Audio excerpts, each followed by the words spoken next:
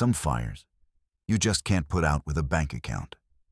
When Damian Cross walked into that smokehouse, wearing a suit that cost more than the building itself, he didn't see a legacy. He saw a stain on his property value. He looked at Otis Washington, a man who had spent 50 years speaking to the fire. And he laughed. He bet $1 million that a cold machine could replace a human heart. He thought he could write a check, bring in the bulldozers, and crush the old man's rusted barrel into dust. He was wrong. He didn't know that you can burn down the house, but you can't kill the ghost in the smoke. He didn't know that by trying to break a man who had nothing left to lose, he was lighting a fuse that would blow his own empire apart. Because hunger isn't just about food. And the man he was trying to destroy was the only one holding the cure. The heat inside the shack wasn't something you felt. It was something you breathed. It lived in the blackened timber of the walls and the warped floorboards that had absorbed 40 years of spilled grease and heavy footsteps. For Otis, the heat was the only thing that kept the arthritis in his knuckles from locking up completely. He stood over the rusted iron barrel that served as his pit, his eyes stinging from the hickory smoke that swirled around him like a ghost. He couldn't quite shake. He didn't need a timer. He didn't need a thermometer. He knew the ribs were ready by the way the meat pulled back slightly from the bone, a silent surrender to the low fire. He adjusted the vent on the smoker a fraction of an inch, a movement so subtle it was almost invisible, listening to the dripping fat hiss against the coals below. This wasn't cooking. It was a conversation with the past. Every slab of meat was a letter to Martha, written in smoke and spice, trying to recreate the exact flavor of the Sunday afternoons before the cancer took her, before the world started moving too fast for people like him. Outside, the silence of the roadside was shattered by the low, aggressive purr of an engine that sounded more like a computer humming than a machine breathing. Otis didn't look up. He knew that sound. It was the sound of money. Through the screen door, which hung crooked on its hinges, a sleek silver sedan prowled into the gravel lot, looking violently out of place among the weeds and the fading Otis's BBQ sign. The car door opened, and a shoe made of Italian leather stepped into a puddle of dirty water. Damian Cross emerged like he was stepping onto a stage. He was 35, sharp-jawed, and dressed in a suit that cost more than the shack and the land it sat on combined. He adjusted his cufflinks, wrinkling his nose as the thick, sweet smell of the smoke hit him. To Damian, it didn't smell like dinner. It smelled like inefficiency. It smelled like failure. He didn't knock. He simply pushed the screen door open, wincing as the rusty spring shrieked a protest. "Mr. Washington?" Damian said. His voice was smooth, polished, lacking any rough edges. "We need to wrap this up. My legal team is getting impatient." Otis turned slowly. He wiped his hands on a rag that was more oil than cotton. "I told your lawyer last week, son. I told him the week before that. The answer hasn't changed just because you decided to drive down here yourself." Damian sighed, pulling a pristine white handkerchief from his pocket and dabbing at his upper lip, where the humidity was already forming beads of sweat. "Otis, look around you. This place is a relic. You're burning wood to cook meat in the 21st century. It's carcinogenic, it's slow, it's unpredictable." He stepped closer, his eyes scanning the soot-stained walls with undisguised disgust. "I'm offering you an exit strategy, enough money to put you in a facility where the air is filtered and the meals are prepared by nutritionists, not whatever this is." "This," Otis said, his voice dropping an octave, rumbling like the thunder rolling in from the west, "is soul. Something you can't code into those robots of yours." Damian laughed, a short, sharp bark, Soul is a marketing term for people who can't afford quality control. My restaurant served 10,000 customers an hour across the state. Perfect temperature, perfect texture, every single time. No burnt ends, no grit. He slapped a folder onto the scarred wooden counter. Sign the papers. Future Grill is building a flagship location right here. We need the highway access. Otis looked at the folder, then back at the pit. My wife died in that chair over there, he said softly, nodding to a worn recliner in the corner. She seasoned this pit. You want to tear it down to put up a vending machine the size of a building? It's called progress, old man. Damian's patience snapped. The heat was getting to him. And progress doesn't ask permission. It just rolls over the things that refuse to move. Otis walked around the counter. He was shorter than Damian, stooped with age, but there was a density to him, a gravity that made Damian take a subconscious step back. Then roll over me, Otis said. But as long as I'm breathing, this pit stays lit. Damian stared at him, his jaw tightening. He hated losing. He hated variables he couldn't control. He looked at the old man, then at the smoking barrel, and a cruel idea formed in his mind. He needed this land. But more than that, he needed to prove a point. He needed to prove that the old ways were dead. Fine, Damian said, a shark-like smile spreading across his face. You want to talk about soul? You want to talk about flavor? Let's let the public decide. Otis narrowed his eyes. What are you talking about? The County Food Festival is tomorrow, Damian said, checking his diamond-encrusted watch. Future Grill has the main pavilion. I challenge you. Set up your little rust bucket next to my station. We sell until the supplies run out. If I sell out, first, which I will, you sign the deed over to me immediately. You walk away with nothing. And if I win? Otis asked, though he knew the odds. He barely had enough money for charcoal, let alone inventory. If you win, Damian scoffed, looking at the ceiling where a fly buzzed lazily. I'll give you a check for $1 million. You can use it to gold plate this dumpster for all I care. The room went silent, save for the crackle of the fire. It was a trap. Otis knew it. Damian had marketing teams, bright lights, and hygiene ratings. Otis had a recipe and a bad back. But then Otis looked at the empty chair in the corner. He felt the heat on his face, the same heat that had warmed Martha's hands on cold winter nights. He couldn't sell her memory. He had to defend it. 1 million, Otis whispered. 1 million, Damian confirmed, extending a manicured hand. Do we have a deal? Or are you just all smoke? Otis didn't take the hand. He looked down at his own, stained, with soot and spices, shaking slightly from age. He clenched it into a fist. Be at the fairgrounds at dawn, Otis said, turning his back to check the ribs. And bring your checkbook. The morning sun broke over the county fairgrounds, illuminating a battlefield divided not by trenches, but by time. On the east side of the main thoroughfare stood the Future Grill Pavilion. It didn't look like a food stall.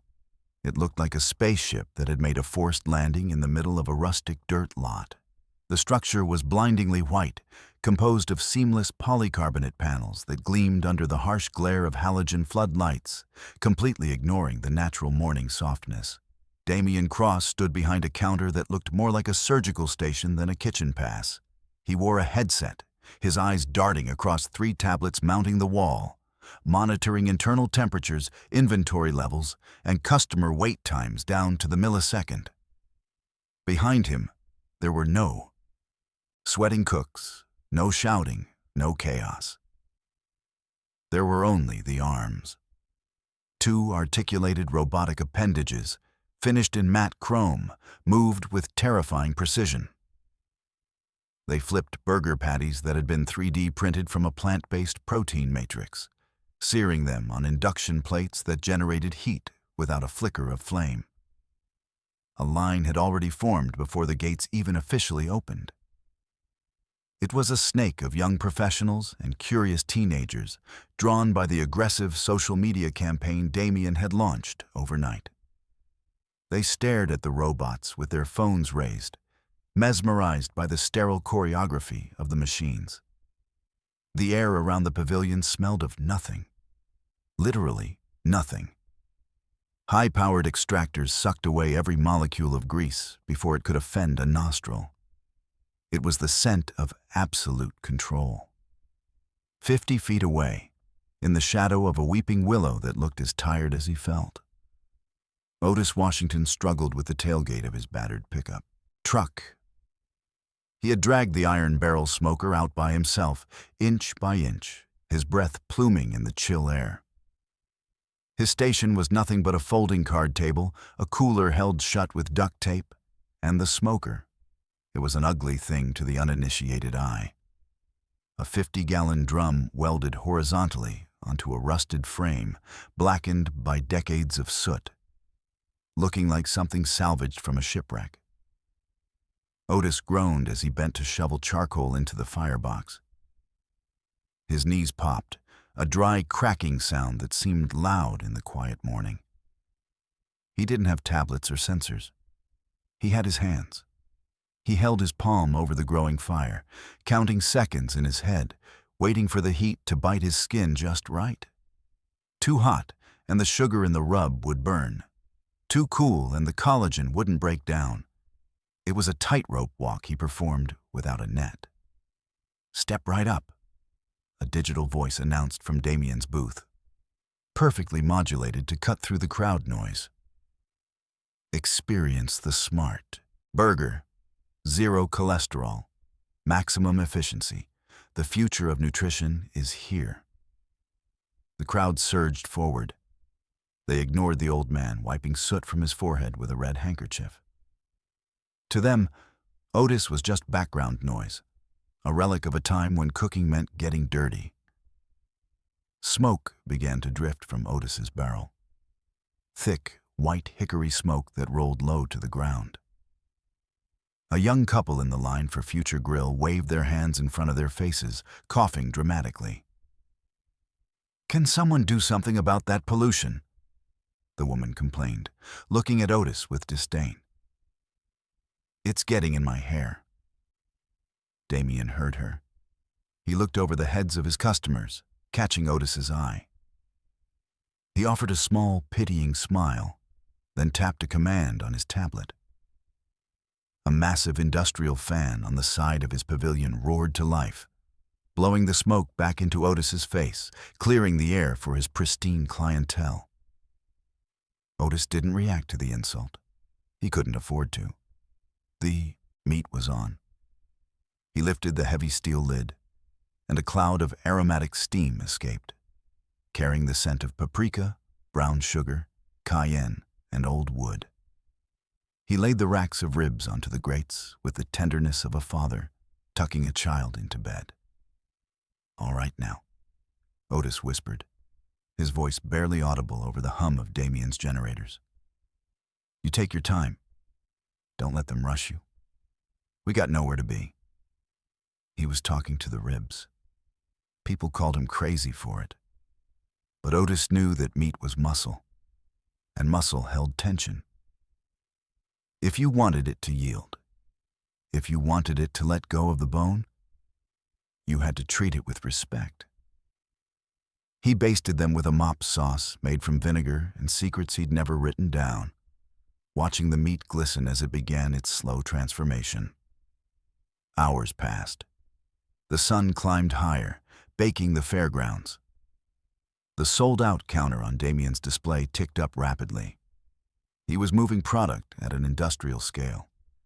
The registers were singing a digital song of triumph. Money was flowing in a torrent. Otis sat on a folding chair, his apron stained, watching the backs of the people standing in Damian's line. He had sold 3 sandwiches. 3. One to a janitor, one to a lost tourist, and one to himself because he hadn't eaten breakfast. Doubt, cold and sharp, began to work its way into Otis's chest.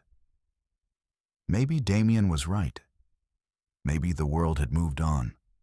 The people didn't want the slow, messy reality of a wood fire.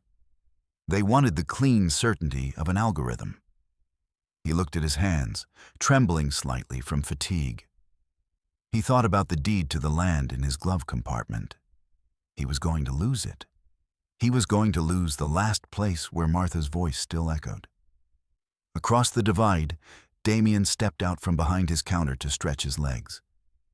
He walked to the edge of his territory, stopping just where the white flooring met the dirt. "Give it up, Otis," Damian called out, not shouting, just projecting. "I've served 600 units. You've barely made a dent in your charcoal. It's embarrassing." Otis stood up slowly. His back screamed in protest. He walked to the smoker and placed a hand on the hot metal lid.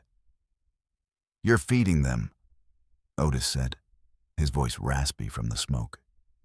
"You ain't nourishing them. There's a difference." "The difference is about $50,000 in revenue so far today," Damian countered, checking his phone. "You're fighting a tank with a toothpick. Pack it up. Save yourself the humiliation of the final count." Otis looked at the crowd. They were eating Damian's burgers, yes. But they were eating them quickly, walking while they chewed, staring at their phones, barely tasting the fuel they were putting into their bodies. There was no joy in their eyes, only satisfied hunger. Then the wind shifted. It wasn't a mechanical fan this time. It was a natural breeze rolling down from the hills. It caught the exhaust from Otis's stack. A dense blue column of smoke that had been building for 4 hours. It carried the heavy, intoxicating scent of rendering pork fat and caramelized spices. It bypassed the eyes and the ears and went straight to the primitive part of the brain that remembered fire and caves and survival. A woman at the back of Damian's line stopped scrolling on her phone. She lifted her head, sniffing the air. Her pupils dilated. Otis didn't see her. He was too busy leaning over the fire, closing his eyes, and whispering to the darkness inside the barrel. "Come on, girl," he murmured to the memory of the woman who used to stand beside him. "Help me bring them home." The woman's name was Brenda, and she was tired. Not the kind of tired that comes from a lack of sleep, but the deep, marrow-level exhaustion of a life spent staring at screens and answering emails that started with, "Per our previous discussion." She stood in Damian's line, clutching her phone like a lifeline, waiting for a burger that promised optimal caloric intake. Then the smoke hit her. It didn't ask for permission.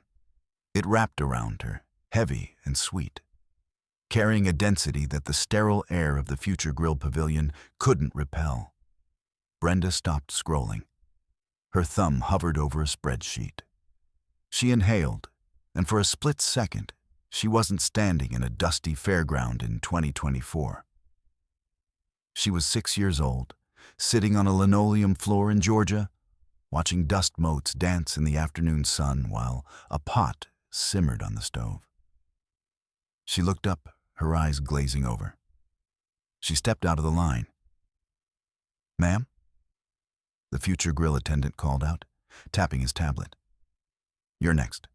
The system has prepared your order." Brenda didn't hear him. She was following the scent like a sleepwalker. She crossed the invisible no-man's land between the white plastic flooring and the packed dirt, her heels sinking into the dust. She walked right up to the folding card table where Otis was wiping his hands on his apron. Otis looked up. He saw the look in her eyes. He'd seen it 1,000 times before. It was the look of someone who had forgotten what home felt like. "Help you, miss?" Otis asked softly. I... Brenda hesitated, her voice trembling. It smells like my grandmother's kitchen. Otis nodded slowly. He didn't smile. This was serious business. He reached for a paper plate, flimsy and cheap, and used his tongs to pull a single rib from the rack. The meat wobbled, threatening to fall off the bone right there. He didn't weigh it. He didn't scan it. He ladled a spoonful of the dark, molasses-thick sauce over the top, the liquid glistening like obsidian in the sun. $3, Otis said. Brenda fumbled for cash, dropping a $5 bill on the table. She didn't wait for change. She picked up the rib. It was messy. Sauce immediately dripped onto her thumb. There were no wet wipes, no sanitary branding. She took a bite. The world stopped. The flavor wasn't just a taste. It was an emotional event. The bark was peppery and crisp, giving way to meat so tender it seemed to dissolve upon contact with her tongue. But it was the smoke, the hickory and oak, that did it. It unlocked a door in the back of her mind that she had bolted shut years ago. Brenda dropped the rib onto the plate. Her hands flew to her mouth. Her shoulders began to shake, a violent, silent trembling that alarmed the people standing nearby. Tears, hot and unbidden, spilled over her cheeks, cutting tracks through her foundation. "Oh my God," she whispered, the words choking her. "It tastes like she's still here." It was a whisper, but in the sudden silence of the crowd, it sounded like a shout.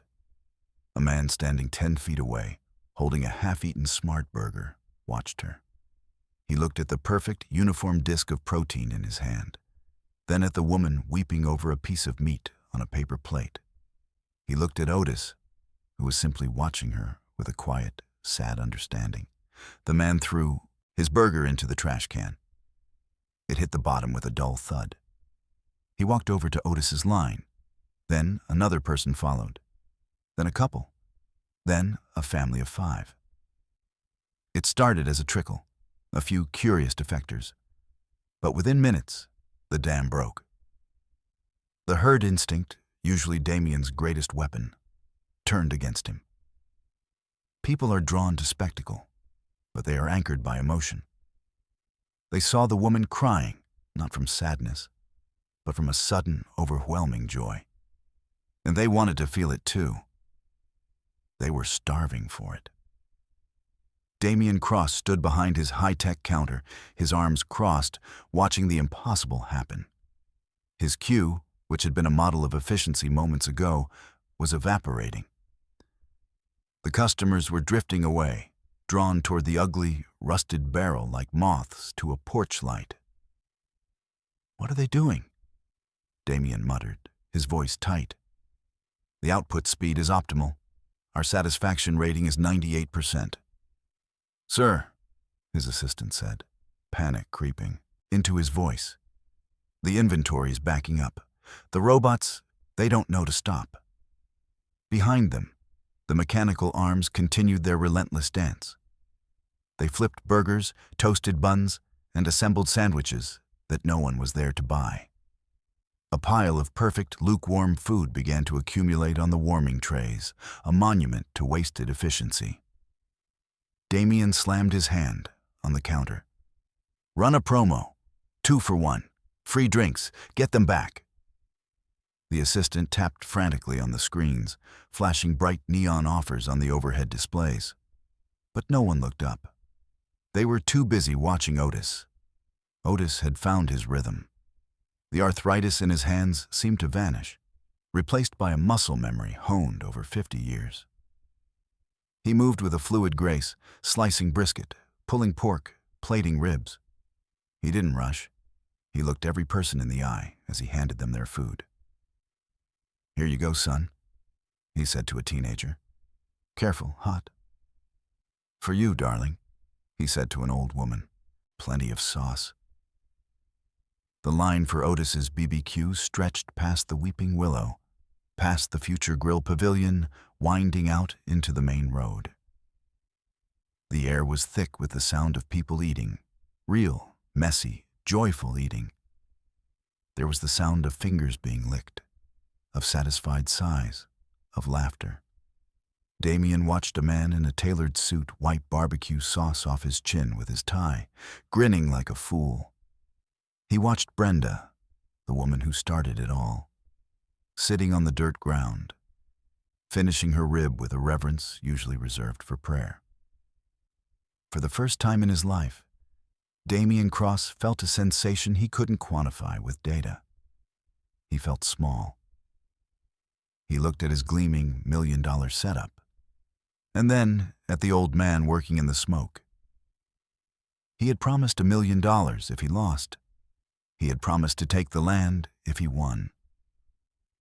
But as he watched the sun begin to dip lower, casting long shadows across the fairgrounds, Damian realized with a sinking horror that the game wasn't about speed. It wasn't about hygiene. He checked his sales counter. It had flatlined an hour ago. He looked over at Otis's barrel. The old man scraped the bottom of a hotel pan, serving the last of the burnt ends to a cheering crowd. He turned the sign on his table over. Sold out. Otis wiped his forehead with his red rag, looked across the gap between them, and locked eyes with the tech mogul. He didn't gloat. He didn't cheer. He just nodded, a simple, tired gesture that said everything. Damian felt the ground beneath him shift. He had lost, and the checkbook in his jacket pocket suddenly felt very, very heavy. The applause didn't sound like victory to Otis. It sounded like rain on a tin roof, distant and overwhelming. He stood behind his empty table, his apron smeared with the evidence of his labor, looking at the faces of the people he had fed. They were smiling, pointing, some even cheering his name. For the first time in 20 years, he didn't feel like an old man, clinging to the past. He felt relevant. Damian Cross walked across the dusty gap between the worlds. He moved with the stiff, forced dignity of a man who knows he is being recorded. A dozen smartphones tracked his approach. He stopped in front of the folding table, reached into his jacket pocket, and withdrew a checkbook bound in black leather. The crowd went silent. The only sound was the scratching of a fountain pen against paper. Damian tore the check along the perforation, a sharp, ripping sound, and held it out. "A deal is a deal," Damian said. His voice was steady, projected for the audience, but his eyes were flat, like shark eyes. Otis reached out. His hand, thick with calluses and tremors, took the slip of paper. He looked down. $1 million. The zeros seemed to swim before his eyes.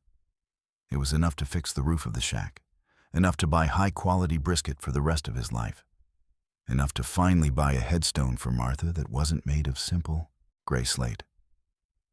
"Thank you," Otis said, his voice thick. "You're a man of your word." "I am," Damian replied, a small, tight smile playing on his lips. "I always follow the rules, Otis. Always." As if summoned by a silent signal, a white van screeched into the fairgrounds, cutting through the crowd with aggressive urgency. The doors flew open before the vehicle had fully stopped. Two men in beige uniforms stepped out, their faces obscured by the brims of their caps. On their chests, badges glinted in the dying sunlight. Department of Health and Safety. The crowd murmured in confusion. Otis lowered the check, a cold knot forming in his stomach that had nothing to do with hunger. The lead inspector, a man with a clipboard and a face devoid of empathy, didn't speak to Otis. He walked straight to the smoker. He didn't look at it as a cooking instrument. He looked at it as a violation. He ran a gloved finger over the rusted exterior. He shone a flashlight into the firebox where the coals were still glowing, fading from red to gray. "Unregulated combustion source," the inspector announced, his voice monotone. He made a check mark on his board. Severe oxidation on food contact surfaces. No hot water filtration system. No sneeze guard. Particulate matter exceeding EPA guidelines by 400%. Wait a minute. Otis stepped forward, the check crumping in his fist. I've been cooking in that barrel for 40 years. I have a permit from the county. Permits can be revoked upon visual inspection of immediate hazards, the inspector said, not looking up. He slapped a bright orange sticker onto the side of the barrel. It read, "Condemned," in bold, black letters. This equipment is seized as evidence of gross negligence. It is unfit for public operation. Seized? Otis's heart hammered against his ribs. That's not equipment. That's my life. It's a health hazard, sir. The inspector waved his hand. A flatbed tow truck, which had been idling, unnoticed at the edge of the lot, roared to life. The hydraulic arm extended, the metal claw opening like the mouth of a predator. "No!" Otis shouted, dropping the check into the dirt. He scrambled over the table, moving faster than his legs should have allowed. "You can't take her. She's still hot. You'll ruin the seasoning." He threw his arms around the warm metal of the barrel, hugging the soot and the grease. It was the only thing he had left of Martha. The way the smoke curled, the way the lid heavy clanked when it closed. It was her heartbeat. "Remove him," the inspector said calmly. 2 security guards stepped forward, peeling Otis away from the metal. He wasn't strong enough to fight them. He was just an old man in a dirty apron, sobbing as he was dragged back. The claw descended. Metal screeched against metal, a sound like a wounded animal screaming. The crane lifted the barrel into the air. Ash rained down from the bottom, gray snow falling on the fairground dirt. With a violent shudder, the operator dropped it onto the flatbed. The welds held for a second, then snapped. The barrel crumpled. The door flew off. The grates bent. Otis fell to his knees. The sound of the crushing metal broke something inside him that the years hadn't been able to touch. The crowd was shouting now, booing, phones raised high, recording the brutality. But Damian didn't look at the crowd. He walked over to where Otis knelt in the dust. He bent down and picked up the $1 million check. He dusted it off carefully. "I kept my end of the bargain, Otis," Damian said, his voice low, intimate, meant only for the old man. "I paid you the money. You won the bet." He tucked the check into the front pocket of Otis's apron. "But you can't run a restaurant without equipment. And you can't operate on that land without a health code rating." Damian gestured to the crushed metal on the truck. "You have your $1 million. Go retire. Go die somewhere quiet. But the cooking, the smoke, that's over."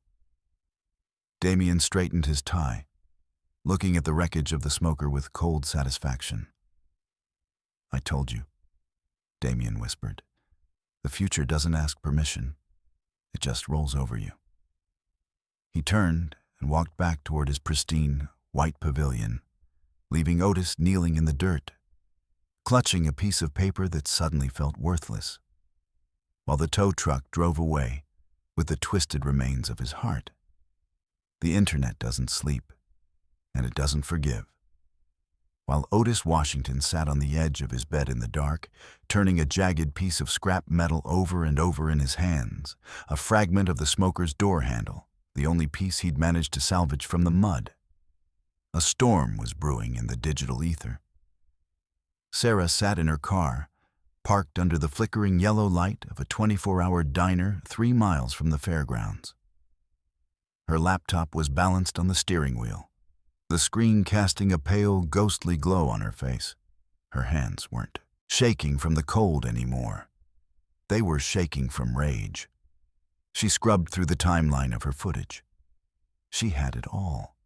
She had the tears in Brenda's eyes. She had the line of people stretching into the twilight. But more importantly, she had the ending. The camera had been rolling when Damian leaned in close to the health inspector.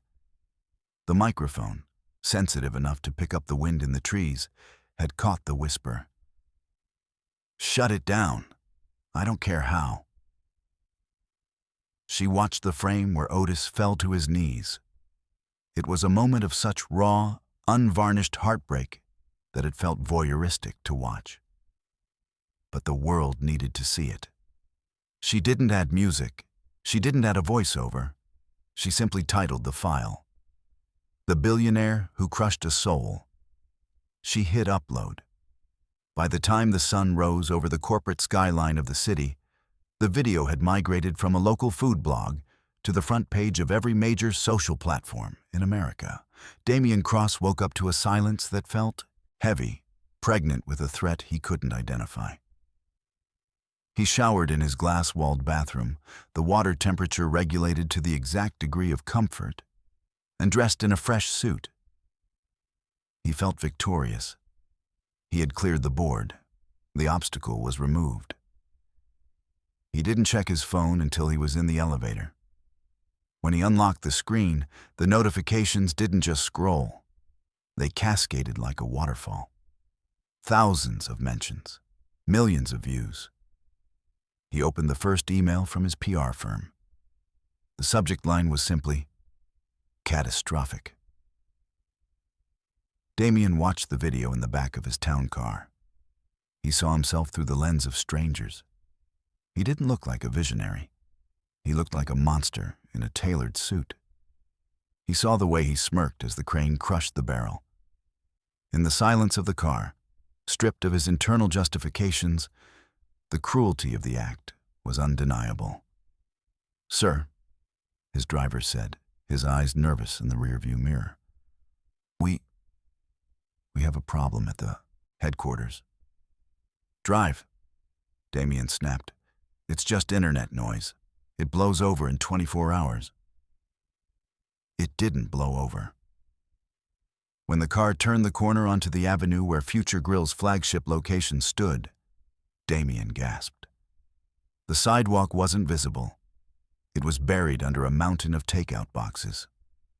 Hundreds of people, former customers, local residents, even employees from rival tech firms, had marched to the front doors. They hadn't thrown rocks. They had thrown their lunch. A pyramid of uneaten, perfectly uniform Future Grill burgers piled up against the glass doors. A silent, rotting monument to rejection. Standing in front of the pile were the people Damian had underestimated. It wasn't just internet trolls. It was the Texas Pitmasters Association, standing with their arms crossed, wearing leather aprons. It was the local grandmothers holding signs that read, "Respect the Elders." It was the head chef of Le Jardin, the city's only 3 Michelin-star restaurant, speaking into a megaphone about the sanctity of tradition. Damian's car idled at the curb. He couldn't get out. For the first time in his career, the glass that separated him from the world didn't feel like a shield. It felt like a cage. His phone buzzed again. It was a call from the board of directors. He let it go to voicemail. He looked out the window, searching for a friendly face, but all he saw was disgust. And then, he saw the live stream on his phone screen shift to a new scene. A news crew had found Otis. The old man wasn't shouting. He wasn't leading a protest. He was sitting on his front porch, staring at his empty hands. When the reporter asked him what he would do now that he had $1 million, Otis didn't look at the camera. He looked at the empty spot in the yard where the smoker used to sit. "Money can buy a house," Otis said, his voice cracking with a sorrow that cut through the static of the broadcast. "But it can't buy the time I spent tending that fire. That wasn't iron. That was my wife. And he crushed her like she was trash." Damian felt a physical blow to his chest. He stopped breathing for a second. He looked down at his own hands. They were clean, manicured and trembling. He had won the land. He had crushed the competition. He had followed every rule of business warfare. So why did he feel like he was the one being suffocated? The driver cleared his throat. "Where to, Mr. Cross?" "The back entrance." Damian looked at the heap of discarded burgers, at the angry faces, and then at the image of the old man on his screen. The taste of victory had turned to ash in his mouth. "No," Damian said, his voice sounding strange to his own ears, hollow, stripped of its usual confidence. "Take me to the porch. Take me to Otis." The park bench faced the river, looking out over the water where the gray current moved sluggishly toward the south. It was a quiet spot, far enough from the highway that the roar of traffic was just a murmur easily drowned out by the wind in the oaks. Otis sat there, his hands resting on his knees, staring at nothing in particular. Beside him sat a dented metal lunchbox, the kind construction workers carried in the 70s. He didn't turn around when footsteps approached. He knew the cadence. It wasn't the heavy boot of a worker or the shuffle of a tourist. It was the sharp, clipped rhythm of expensive shoes hitting pavement. Though the rhythm was slower today, hesitant. Damian Cross stopped 5 feet away. He looked like a man who had walked through a hurricane. His tie was loosened, the top button of his shirt undone, a violation of his own strict dress code. There was no entourage, no assistants holding tablets, no security detail. Just a man standing in the long shadows of the late afternoon, looking smaller than he ever had on a magazine cover. "The police are looking for you to clear the protesters?" Otis said, his voice flat. He didn't look up. "You shouldn't be out here." "I can't go back there," Damian admitted. His voice was hoarse. He hadn't eaten or slept in 24 hours. The adrenaline that usually fueled him had burned off, leaving only a hollow ache in his stomach and a pounding headache behind his eyes.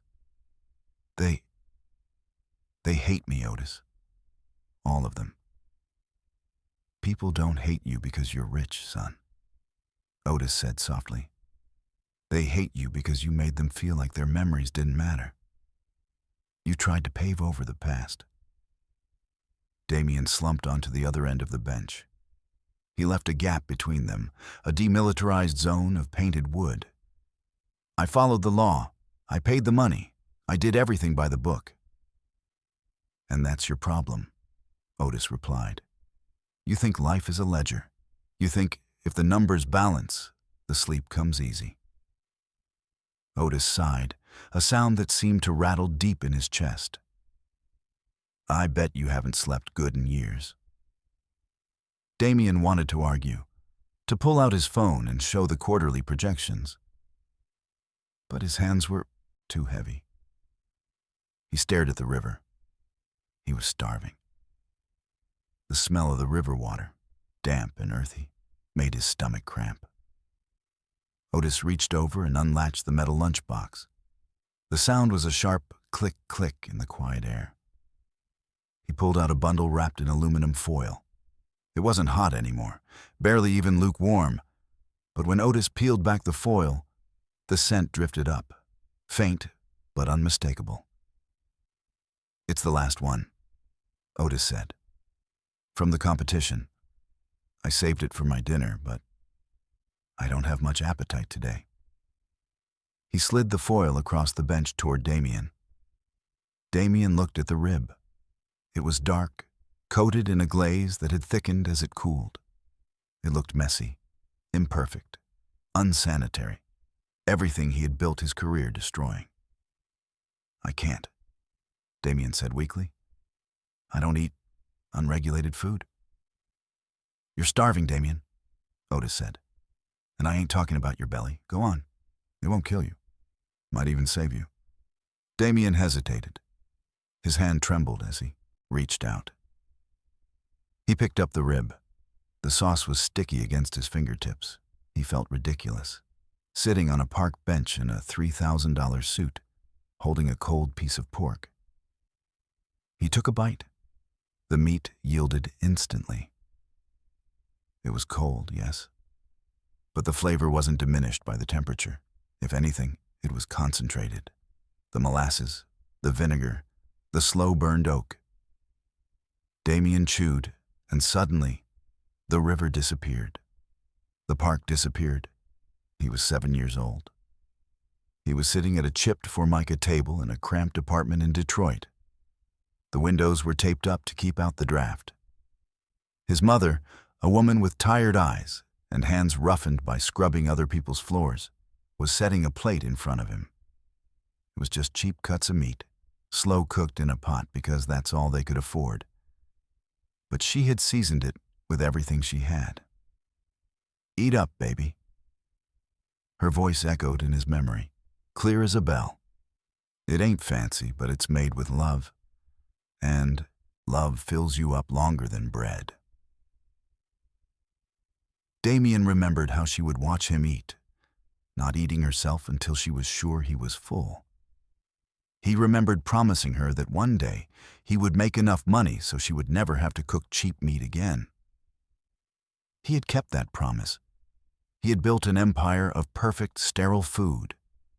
But in doing so, he had forgotten the one ingredient that made the struggle bearable. He had forgotten her. The flavor in his mouth wasn't just barbecue. It was the taste of that kitchen. It was the taste of struggle, of dignity, of a mother's sacrifice. It was the taste of humanity. A sob broke loose from Damian's throat, a jagged, ugly sound. He tried to stifle it, tried to swallow the meat, but his throat constricted. The tears came hot and fast, spilling onto his cheeks, dripping onto the expensive silk of his tie. He ate the rest of the rib through the tears, devouring it like a starving animal, licking the sauce from his fingers because he couldn't bear to let a single drop of that memory go. "I forgot," Damian whispered, his voice breaking. He wiped his face with his sleeve, smearing sauce and tears across his cheek. "I forgot what it tasted like." Otis sat silently, watching the man unravel. He didn't offer a platitude. He didn't offer a napkin. He just bore witness. "My mother," Damian choked out, looking at Otis with eyes that were finally, terrifyingly open. "She used to cook like this, before she got sick, before I became this." He gestured vaguely at himself, at the suit, at the unseen empire crumbling behind him. "I thought I was fixing the world. I thought I was making it better by making it perfect." "Perfection is for machines, son," Otis said gently. "Humans? We're made of cracks and scars. That's where the light gets in, and that's where the flavor comes from." Damian dropped the bare bone onto the foil. He looked at his hands. They were sticky, they were dirty, and for the first time in years, they felt real. "I destroyed it," Damian said, the realization hitting him with the force of a physical blow. "I destroyed your smoker. I destroyed her legacy, just like I destroyed my own." He looked at Otis, panic rising in his chest. "How do I fix this? I have money. I have lawyers. I can buy you 10 restaurants. I can—" "Stop!" Otis held up a hand. "You can't buy your way out of this one, Damian. You can't write a check to fix a soul. You broke something that money didn't build." Damian slumped, defeated. "Then what do I do?" Otis looked out at the river, watching a leaf drift on the current. He stood up slowly, picking up his empty lunchbox. "You start by learning how to build a fire," Otis said, "not with a switch, but with your hands. You come to my yard tomorrow morning, 5 a.m. Leave the suit at home." Damian looked up, confused. "But the smoker is gone. The health inspector condemned the land." Otis turned to walk away, pausing just long enough to look back over his shoulder. The fire don't live in the barrel, Damian. And it sure as hell don't live in the permit office. It lives in the man. Otis tapped his own chest. If you want to find out if you still have one in there, don't be late. Otis walked away into the twilight, leaving one of the richest men in America sitting alone on a park bench, licking barbecue sauce from his thumb and weeping for a ghost he had finally found again. At 4:58 a.m., the sky was a bruised purple, hovering somewhere between night and morning. The air was sharp enough to sting the lungs. Damian Cross stood at the edge of Otis's property, shivering. He wasn't wearing the Italian wool coat. He was wearing a canvas jacket he'd bought at a hardware store the night before. It was stiff, uncomfortable, and smelled of factory chemicals. But it was the only thing he owned that didn't scream billionaire. He waited. He didn't check his phone. In fact, his phone was in the glove compartment of his car, turned off. For the first time in 15 years, Damian Cross was unreachable. At exactly 5 a.m., the back door of the small house creaked open. Otis emerged, carrying 2 cups of black coffee. He didn't look surprised to see Damian. He didn't smile either. He just walked to the center of the yard, to the patch of scorched earth where the barrel smoker had once stood. "You're early," Otis said, his breath pluming in the cold light. "I didn't want to be late," Damian replied. Otis handed him a cup. The ceramic was hot against Damian's frozen fingers. "Drink up. We aren't building a website today, son. We're building a pit, a real one. Brick and mortar. The kind the wind can't blow over and the city can't tow away." Damian looked at the pile of red bricks stacked near the shed. There were hundreds of them. I don't know how to lay brick." Otis took a sip of his coffee, watching the horizon. "Good. Then you don't have any bad habits I have to break. Put your gloves on." The work was brutal. It was repetitive, heavy, and unforgiving. For the first week, Damian's hands blistered until they bled. His back spasmed with a pain that no ergonomic office chair had ever prepared him for. He mixed mortar with a shovel, the gray sludge splashing onto his boots. He carried stones until his arms felt like lead. But something strange happened in the silence of those mornings. As Damian learned the rhythm of the trowel, the scrape, the slap, the settle, the noise in his head began to quiet. The stock prices, the quarterly targets, the public outrage. It all faded into the background, replaced by the singular, tangible goal of laying one straight line of brick. He wasn't the CEO of Future Grill here. He was just a pair of hands. And for the first time since his mother died, he felt useful. 3 weeks later, the pit was finished. It was a massive, rectangular altar of red brick and steel, built to hold heat for days. It wasn't efficient. It consumed wood voraciously. But when they lit the first fire, the draw was perfect. The smoke didn't choke. It flowed, a clean, blue river, rising into the trees. "It breathes," Otis said, placing a hand on the warm masonry. "You did good, Damian." Those 3 words hit Damian harder than any Forbes headline ever had. The reopening of Otis's place didn't happen with a press release. There were no influencers invited. There was no ribbon cutting. They simply unlocked the front gate on a Tuesday morning. But the people came anyway. They came because the smell of the smoke had returned to the valley, drifting down the highway like a calling card. They found the shack renovated, the roof patched, the tables sanded down, but still scarred with history. And behind the counter, they found Otis, looking 10 years younger, slicing brisket with a smile that reached his eyes. And in the back, tending the fire, was a man in a soot-stained canvas jacket. Most people didn't recognize him. His hair was longer, messy, hidden under a baseball cap. His face was smudged with charcoal. A young man in a suit, a junior executive type, the kind Damian used to be, walked around the back of the pit, looking for the restroom. He stopped when he saw the man shoveling hickory logs into the firebox.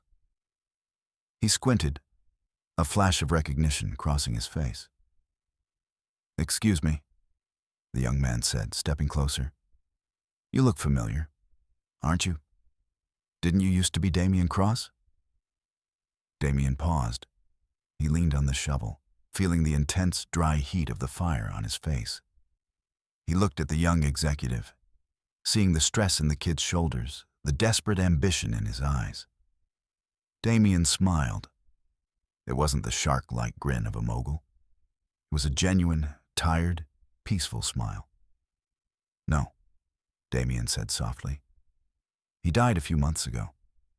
I'm just the fire tender."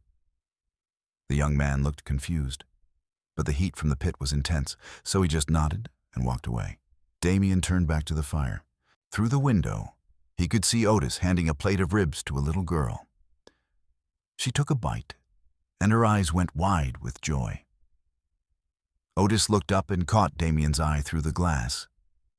He nodded once, a silent communication between master and apprentice, between father and son. Damian opened the heavy steel door of the pit.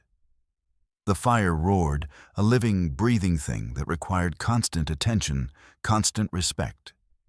It was inefficient. It was messy. It was imperfect. And it was the most beautiful thing he had ever seen. Later that evening, after the last customer had gone and the sold-out sign was flipped in the window, Otis and Damian sat on the tailgate of the old truck, watching the embers die down. "You know," Otis said, wiping barbecue sauce from his thumb, "I got a letter from the city today. Seems that health inspector decided to retire early, and the zoning board suddenly decided this land is a historic cultural site." Otis looked sideways at Damian. "You wouldn't know anything about that, would you?" Damian took a sip of his beer, looking up at the stars, which were finely visible, now that the floodlights of the future grill pavilion next door had been turned off for good. The high-tech building was currently being converted into a community greenhouse. "I just made a few phone calls," Damian said. "Turns out, you can't buy a soul, Otis. But you can sure as hell pay for the fence that protects it." Otis chuckled, a deep, raspy sound. He reached into his pocket and pulled out a small, worn object. It was a pocket knife, the handle made of polished bone, the steel worn down from decades of sharpening. "Martha gave me this," Otis said, his voice thick. "On our first anniversary. Said a man needs a good tool to carve out a life." He pressed it into Damian's hand. "It's yours now. You earned it. Not with your checkbook, with your sweat." Damian held the knife. It felt heavier than it looked. It felt like responsibility. "Thank you," Damian whispered. "Don't thank me." Otis stood up, groaning slightly as his knees popped. "Thank the fire. It burns away everything that ain't real, leaving only what matters." Otis walked back toward the house, the screen door slamming shut behind him. Damian stayed by the pit. He carved a small sliver of wood from a hickory log with the knife, testing the edge. It was razor sharp. He threw the shaving into the dying coals and watched it flare up, a brief, bright spark in the darkness. He wasn't the king of the world anymore. He wasn't a visionary or a disruptor. He was just a man keeping a fire lit in the dark. And for the first time in his life, Damian Cross realized he was exactly where he was supposed to be. The smoke rose, curling into the night sky, carrying the scent of memory, forgiveness, and the slow, steady burn of a promise kept. They say you can't go home again. But I believe one bite of the right food can take you pretty close For Damian, it was a simple rib that brought him back to his mother's kitchen. We all have that one plate. The one that doesn't just fill your belly, but fills your heart. Maybe it was your grandmother's biscuits, or your dad's Sunday roast. I want to hear from you. What is the one meal from your past that you would give anything to taste just one more time? Tell me about it in the comments below. Let's keep those memories alive together.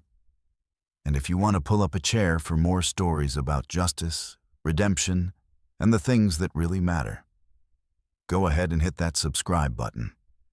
The fire is just getting started here, and I've got a lot more to tell you. I'll see you in the next one.